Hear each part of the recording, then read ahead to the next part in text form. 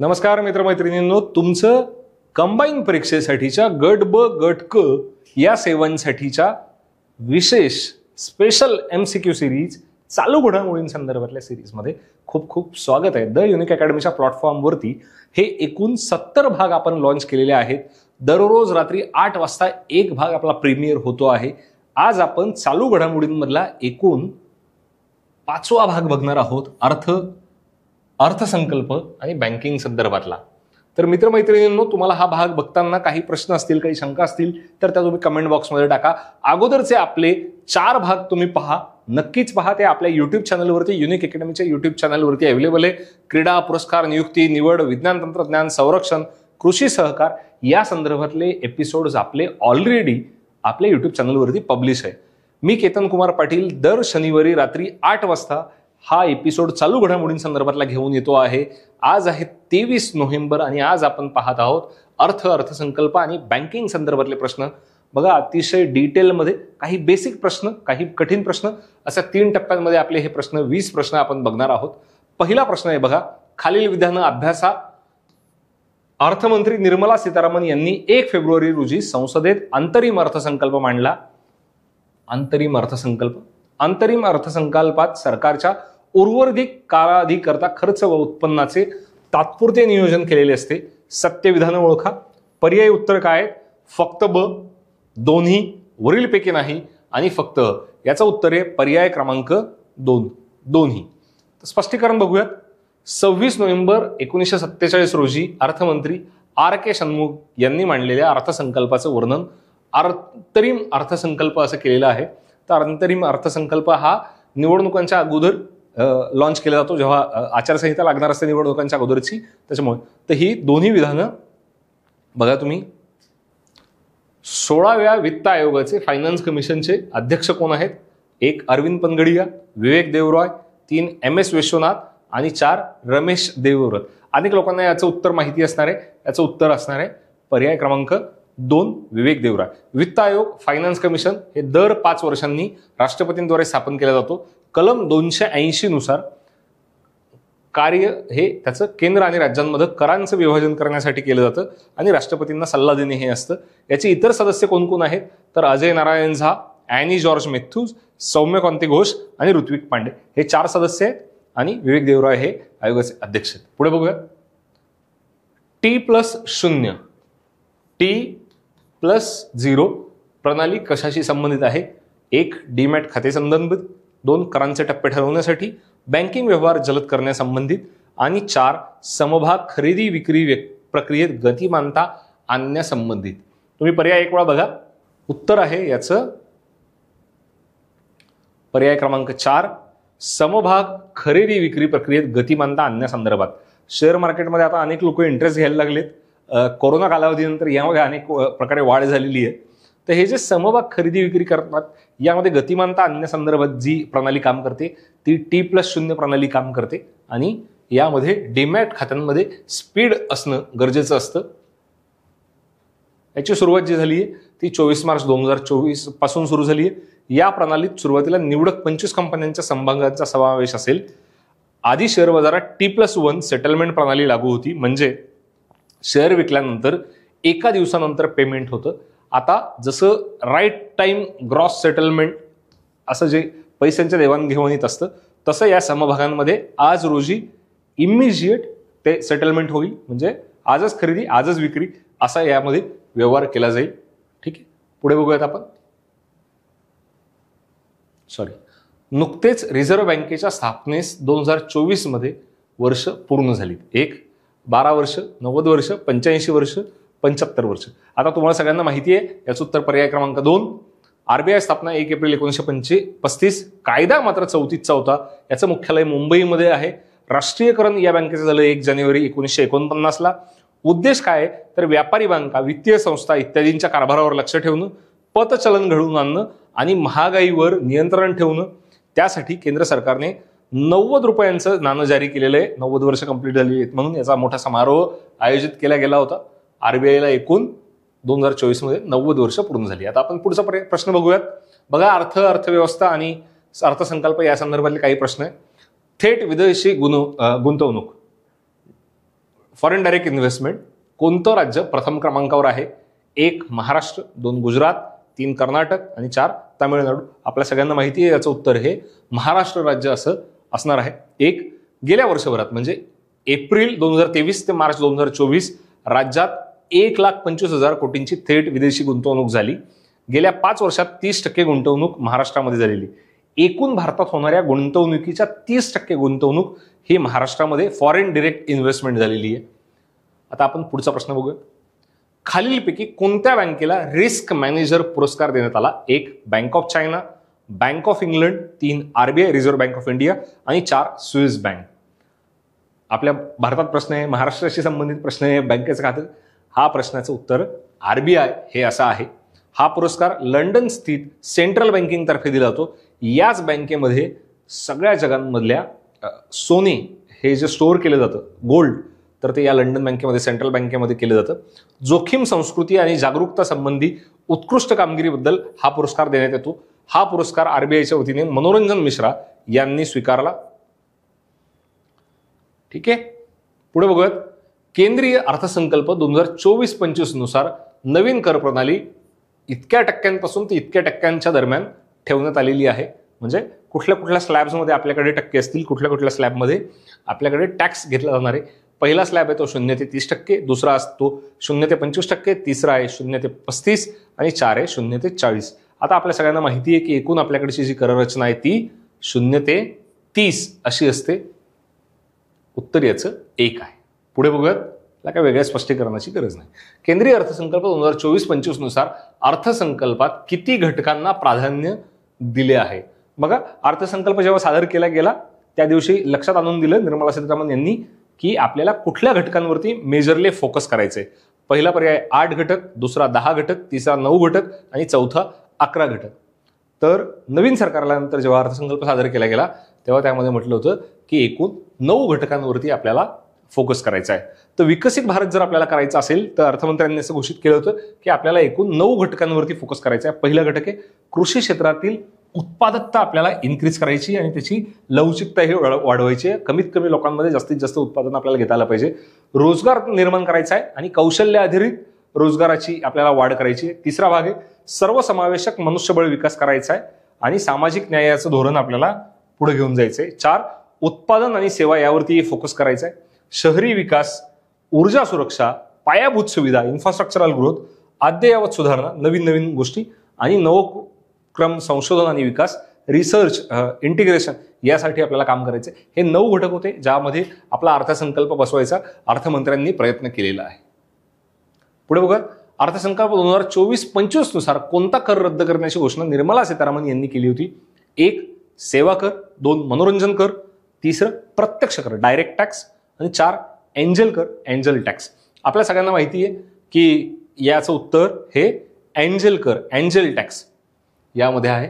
बघूयात, एंजल कर जो लागू झाला तो 2012 मध्ये लागू झाला. सर्व प्रकारच्या उद्योगांना कर संरचनेच्या कक्षेत आणण्यासाठी हा कर लागू करण्यात आला होता. एंजल टॅक्स लागू झाला त्याच्यानंतर त्याच्या घरांच्या खरेदी विक्री या संदर्भातही अनेक गोष्टी चर्चेला गेल्या होत्या. एंजल टॅक्स आता आपण रद्द केलेला आहे. पुढे बघूयात, पुढील विचारात घ्या महाराष्ट्र राज्याचं निर्यात प्रोत्साहन धोरण. बघा, आपण मागच्या एपिसोडमध्ये पाहिलं महाराष्ट्राने गेल्या 4 वर्षांमध्ये अनेक धोरणं ही नव्याने आणली, काही धोरणांमध्ये सुधारणा केल्या आहे, रिव्हिजिट केलेली आहे. त्यातलं एक धोरण 2023 मध्ये आलेलं निर्यात प्रोत्साहन धोरण. पुढे बघूयात, वरीलपैकी काय खरे नाही यासाठी आपल्याला दोन्ही विधानं बघायची आहे. या धोरणांतर्गत जागतिक पातळीवर राज्याची निर्यात वाढवणे यावर भर देण्यात आला आहे. 30 औद्योगिक पार्क्स विकसित करून 2027 ते 28 पर्यंत निर्यात दुप्पट करण्यावर भर आहे. आता हे दोनही विधानं आपण पाहिली आहेत. त्याचं उत्तर जे ते यापैकी नाही. तर या धोरणामध्ये 25,000 कोटी रुपयांची गुंतवणूक आणि 40,000 रोजगार निर्मिती अपेक्षित आहे. 25,000 कोटी रुपयांची गुंतवणूक आणि 40,000 रोजगार निर्मिती अपेक्षित आहे. प्रत्येक जिल्हा निर्यात केंद्र म्हणून विकसित करणं हा उद्देश आहे आणि निर्यातीत विविधता आणणं आणि व्यापार वृद्धीसाठी नवीन बाजारपेठा शोधणं. म्हणजे ज्या देशांसोबत आपला व्यापार आहे त्याच देशांसोबत व्यापार न करता अजून नवीन देशांसोबत आपल्याला व्यापार करता येणं गरजेचं आहे. पुढील विधानं अभ्यासा. आतापर्यंत एकूण 73 सामान्य अर्थसंकल्प संसदेमध्ये मांडले गेले. ब तसेच 14 अंतरिम अर्थसंकल्प झाले आहेत. आतापर्यंत सर्वाधिक अर्थसंकल्प मांडण्याचा विक्रम सी.डी. देशमुख यांच्या नावावर आहे, चिंतामणराव देशमुख.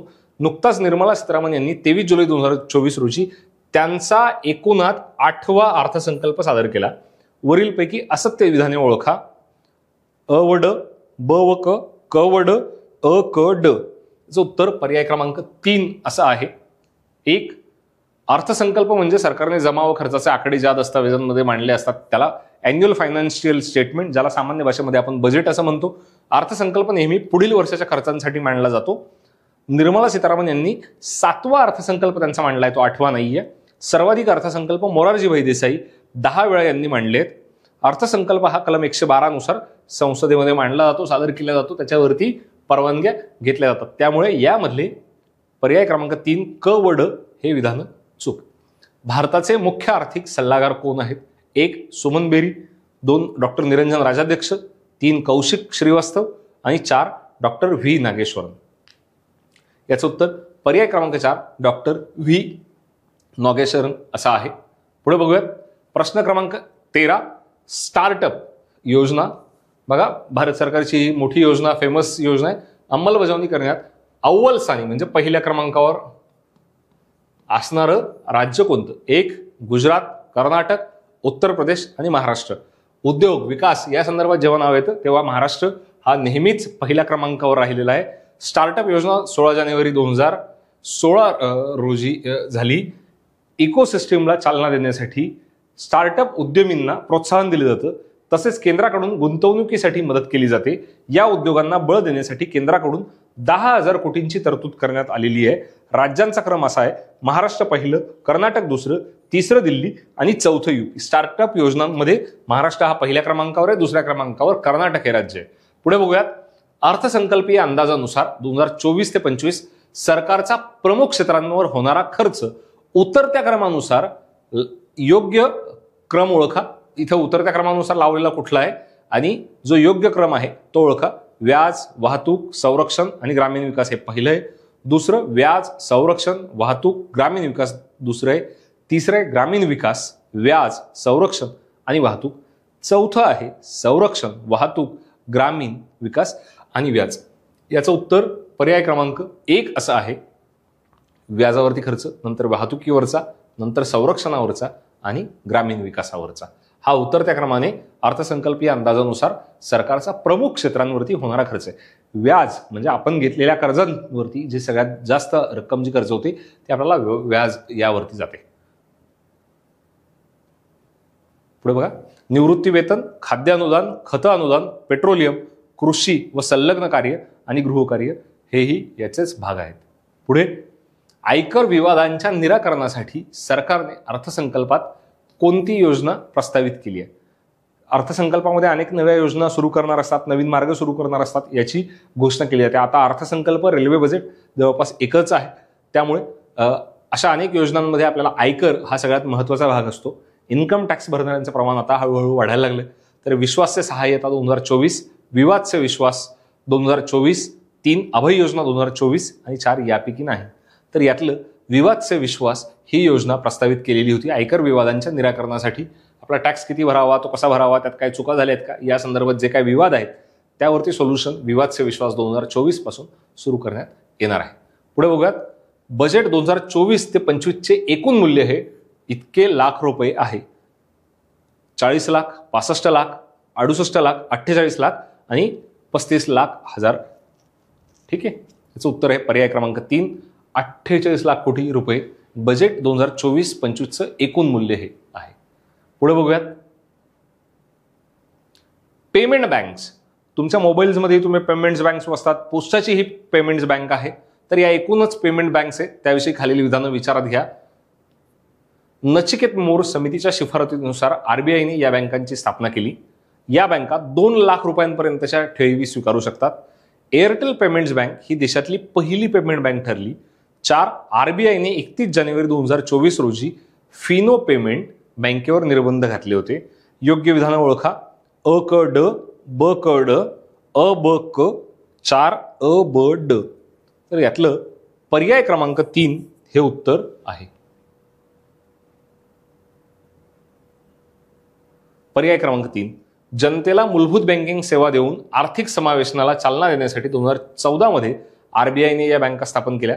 31 जानेवारी 2024 रोजी पेटीएम पेमेंट्स बँकेवरती काही निर्बंध घातले गेले होते. या बँका क्रेडिट कार्ड देऊ शकत नाही, ही पेमेंट बँकांची अट आहे. पेमेंट बँक्स यांच्यावरती काही निर्बंध आहेत. पुढे, देशातील पहिले UPI ATM कोणत्या बँकेने सुरू केले होते? Airtel payment bank, Jio payment bank, Canada bank, Hitachi payment services. याचं उत्तर आहे हिताची पेमेंट सर्व्हिसेसने व्हाईट लेवल ATM म्हणून देशातील पहिले UPI ATM सुरू केले. सहकार्य त्यांना मिळालं NPCILचं, national payment corporation of India. याचा भाग मुंबई 5 सप्टेंबर 2023 मध्ये झाला होता. नॅशनल कॉन्फरन्स होती. त्यामध्ये UPI ATM साठी पैसे काढण्यासाठी प्रतिव्यवहार किमान 10,000 रुपये कमाल मर्यादा आपल्याला असते. पुढे बघूयात. प्रश्न क्रमांक 19, नुकतीच लक्षद्वीपमध्ये शाखा उघडणारी पहिली खासगी बँक कोणती? खासगी बँकेबद्दलचा प्रश्न आहे. ICICI bank, axis bank, yes bank की HDFC बँक? तर याचं उत्तर HDFC बँक हे आहे. या बँकेने लक्षद्वीपमधील कवरत्ती बेटावर शाखा उघडणारी एकमेव खासगी क्षेत्रातील बँक ठरली. लक्षद्वीपमध्ये बँकिंग व पायाभूत सुविधा वाढवणे हा यामागचा उद्देश आहे. सरकारी बँक्स तर नॉर्मली सगळ्याच भागांमध्ये आहेत, पण केंद्रशासित प्रदेशामध्ये पहिली बँक होती. महाराष्ट्राचे अर्थमंत्री अजित पवार यांनी महाराष्ट्राचा अतिरिक्त अर्थसंकल्प 24-25 विधानसभेत कधी मांडला? 28 जून 24, 30 जून 24, 1 जुलै 24, 25 जून 24. त्याचं उत्तर जे आहे ते 28 जून 2024 असं उत्तर आहे. अर्थमंत्र्यांनी आपल्या जो अहवाल मांडला. तर साधारणतः हे अर्थसंकल्प बँकिंग संदर्भातले प्रश्न होते. यावरती अजून काही विशेष प्रश्न असतील, योजनांवरती असतील, योजनांच्या मर्यादांवरती असतील, खर्चाच्या मर्यादांवरती असतील, काही लक्ष आपण ठेवलेले असतील, यावरती असू शकतो. बँकिंग संदर्भातले काही प्रश्न असतील, टेक्नॉलॉजी संदर्भातले असतील, तर त्यावरती तुम्हाला अभ्यास करायचा आहे. ही तुम्हाला हिंट्स म्हणून हे प्रश्न काम करतील. यानंतरचे काही प्रश्न असतील तर ते तुम्ही बघा, अभ्यास करा. तुमचा अभ्यास असाच सदैव चालू राहू देत. तुमच्या परीक्षेसाठी तुम्हाला सदैव शुभेच्छा आहेत. आपला कुठलाही चालू घडामोडींच्या प्रश्नांचा एकही भाग मिस करू नका. तुम्हाला जास्तीत जास्त मदत करण्याचा, जास्तीत जास्त टॉपिक टच करण्याचा आपण प्रयत्न करतो आहोत. तर तुम्ही हा भाग पाहत होतात, चालू घडामोडींचा विश्लेषणात्मक प्रश्नांचं स्वरूप. यानंतरचा स्पेशल क्वेश्चन सिरीजचा आपला भाग हा पुढल्या शनिवारी रात्री 8 वाजता असणार आहे. तोपर्यंत धन्यवाद. थँक्यू.